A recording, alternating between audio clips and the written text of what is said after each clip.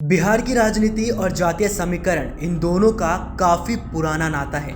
अगर बिहार की राजनीति में किसी भी पार्टी का तुक्का इस समीकरण में सटीक बैठ जाए तो सूबे की सत्ता का शीर्ष मिलना तय है। लेकिन वहीं दूसरी तरफ अगर राजनीति दलों का समीकरण हल्का सा भी गड़बड़ाया तो विपक्ष में बैठना तय है। जी हाँ, विधानसभा में पक्ष विपक्ष का सफर इन्हीं उलझे हुए जातीय समीकरणों से होकर गुजरता है। जिसने साध लिया वही सिकंदर।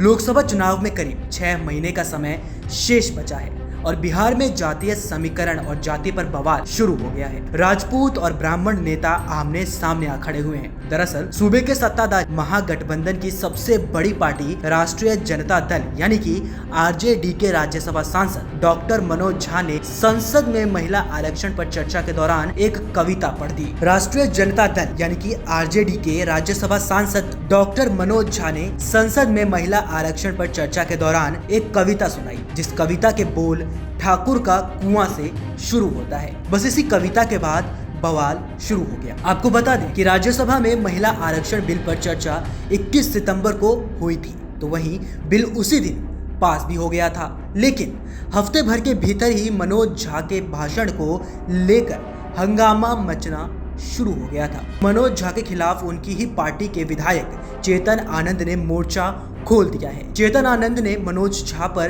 कविता के जरिए पूरे ठाकुर समाज को विलेन के रूप में पेश करने का आरोप लगाया है। उन्होंने कहा है कि ठाकुर सभी को साथ लेकर चलते हैं। समाजवाद में किसी एक जाति को टारगेट करना समाजवाद के नाम पर दोगलापन है। उन्होंने कहा कि ठाकुर सभी को साथ लेकर चलते हैं। समाजवाद में किसी भी एक जाति को टारगेट करना समाजवाद के नाम पर दोगलापन है। अब लोगों को ऐसा मानना है कि मनोज झा का ये बयान आरजेडी को A to Z की पार्टी बनाने की कोशिश के लिए एक बड़ा झटका। चेतन आनंद ने इस मुद्दे को लालू यादव के सामने उठाने की बात कही, तो वहीं उनके पिता आनंद मोहन ने भी मनोज झा पर हमला बोला। आनंद मोहन ने कहा कि बहस जब महिला आरक्षण पर चल रही थी तो बीच में ठाकुर कैसे आ गया। अगर मैं राज्यसभा में होता तो जीप खींचकर सभापति के पास आसन की ओर उछाल देता। हम जिंदा कौम के लोग हैं, यह अपमान बर्दाश्त नहीं होगा।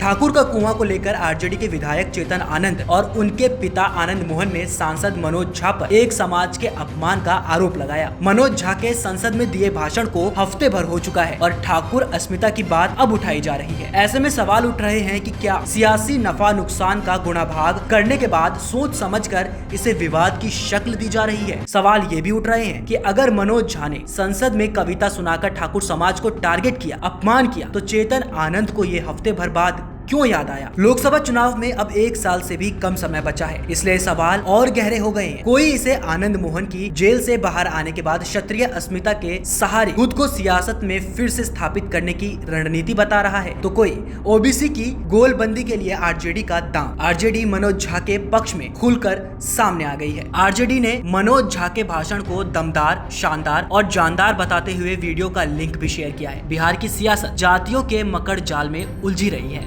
ब्राह्मण और राजपूत जैसी अगड़ी जातियां परंपरागत रूप से बीजेपी समर्थक मानी जाती हैं। सवाल इसलिए भी उठ रहे हैं क्योंकि आरजेडी के अखाड़े में शुरू हुई ब्राह्मण ठाकुर अस्मिता की कुश्ती में लालू यादव की पार्टी किसी का समर्थन करे, नुकसान उसका नहीं होना है।